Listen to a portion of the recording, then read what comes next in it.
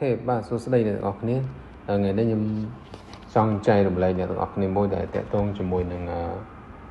bồn cho bài đằng chún bàn tayនេះcòn là chỉ này môiទេnhầm trong lực langនេះគឺតេតងជាមួយនឹងការយើងចង់ឆែកមើលណាតែថាយើងមានតេតងជាមួយតម្លៃនៃការបងប្រាក់ពន្ធប្រភេទឡាន EV ឬក៏ឡានអគ្គិសនីទាំងឯងបច្ចុប្បន្ននេះឃើញប្រទេសកម្ពុជាយើងគឺមានតែប្រើប្រាស់ច្រើនគួរសមតេតងប្រភេទឡានអគ្គិសនីនេះក្នុងវីដេអូនេះខ្ញុំចង់ចែកម្លែកឲ្យយើងដឹងថាតើប្រាក់ពន្ធដែលយើងត្រូវបង់ប្រមាណអញ្ចឹងណាអូខេតេតងជាមួយនឹងការបងពន្ធមធ្យោបាយដឹកជញ្ជូននេះគឺពន្ធដារក៏បានចេញ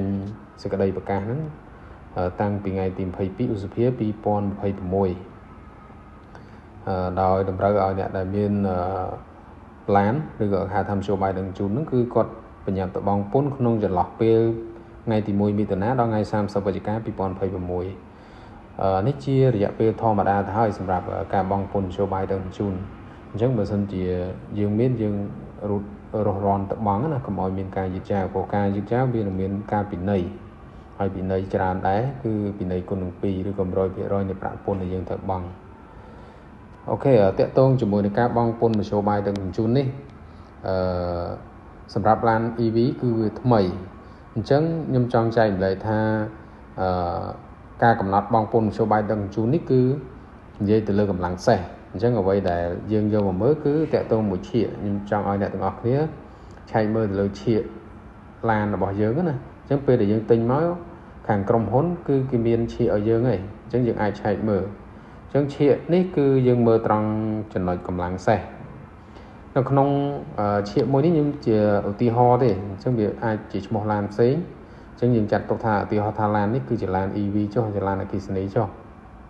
អញ្ចឹងអ្វីដែលយើងយកមកមើលនៅកន្លែងនេះគឺកម្លាំងសេះយើងអត់យកទំហំស៊ីឡាំងទេឬក៏ចំនួនស៊ីឡាំងទេដោយសារតែឡាន EV វាប្រើជាប្រភេទឡានអគ្គិសនីដូចជា motor វាអត់ប្រើម៉ាស៊ីនទេអញ្ចឹងយើងអត់យកចំនួនស៊ីឡាំងទំហំស៊ីឡាំងហ្នឹងយកមកវាស់វែងទេគឺយើងប្រើកម្លាំងសេះសម្រាប់ឡាននេះគឺមានកម្លាំង268 HP កម្លាំងរបស់វាណាហើយអានេះវាជាប្រភេទត្រាងកំណត់ថ្លៃប្រភេទពន្ធសម្រាប់ឡានប្រើប្រាស់សាំងគឺគេយកទំហំស៊ីឡាំងយកមកគិតអញ្ចឹងខុសពីឡាន EV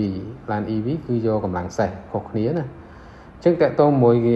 ឡាន EV ឃើញខាងពន្ធដារគាត់បានចេញសេចក្តីប្រកាសមួយដែរតកតងជាមួយនឹងការកំណត់ថ្លៃនៃការបង់ពន្ធហ្នឹងគឺគាត់ចេញថ្ងៃទី21សីហា2025មកម្លេះតែតកតងជាមួយនឹងការកែសម្រួលបន្ថយអត្រាពន្ធលើមធ្យោបាយដឹកជញ្ជូនសម្រាប់រថយន្តប្រើប្រាស់ថាមពលអគ្គិសនី EV ប្រភេទទេសចរដឹកទំនិញធុនតូចមានទ្វារ4និងដឹកអ្នកដំណើរអញ្ចឹងអានេះគេបែងចែកឲ្យស្រេចហើយគឺតែសម្រាប់រថយន្តទេសចរឬក៏ដឹកទំនិញធុនតូចមានទ្វារ4អញ្ចឹងបើសិនជាលើសហ្នឹងគឺអត់យកតារាងហ្នឹងមកប្រើណាអញ្ចឹងយើងក៏មានការយល់ច្រឡំអីអញ្ចឹងតកតមួយកម្លាំងសេះគឺខាង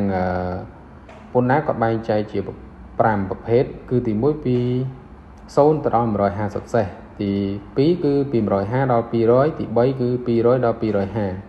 ទី4គឺ250ដល់300និងចុងក្រោយគេគឺចាប់ពី300សេះឡើងទៅហើយការបង់ពន្ធគឺគេបែងចែកតម្លៃទឹកប្រាក់ពន្ធហ្នឹងជា3ដំណាក់កាលទី1គឺពី0ទៅដល់5ឆ្នាំដំណាក់កាលទី2គឺ5ទៅដល់10ឆ្នាំនិងដំណាក់កាលទី3លើសពី10ឆ្នាំទៅ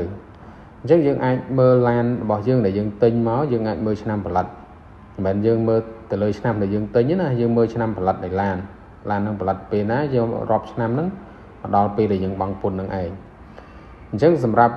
ឡានមួយនេះគឺមានកម្លាំងសេះរបស់វាគឺ268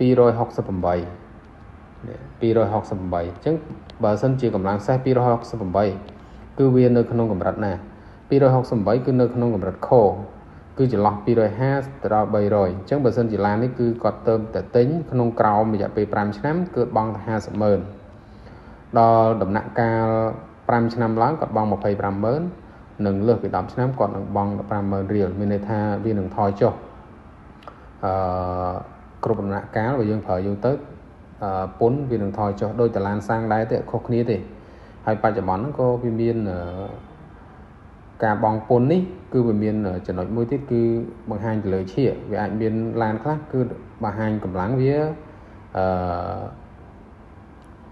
មានចំនួនសេះផ្សេងគ្នាទៅតាមកម្លាំងណាកម្លាំងរបស់ឡានអញ្ចឹងយើងអាចយកត្រាំងតម្លៃនេះយកទៅ check មើលបាន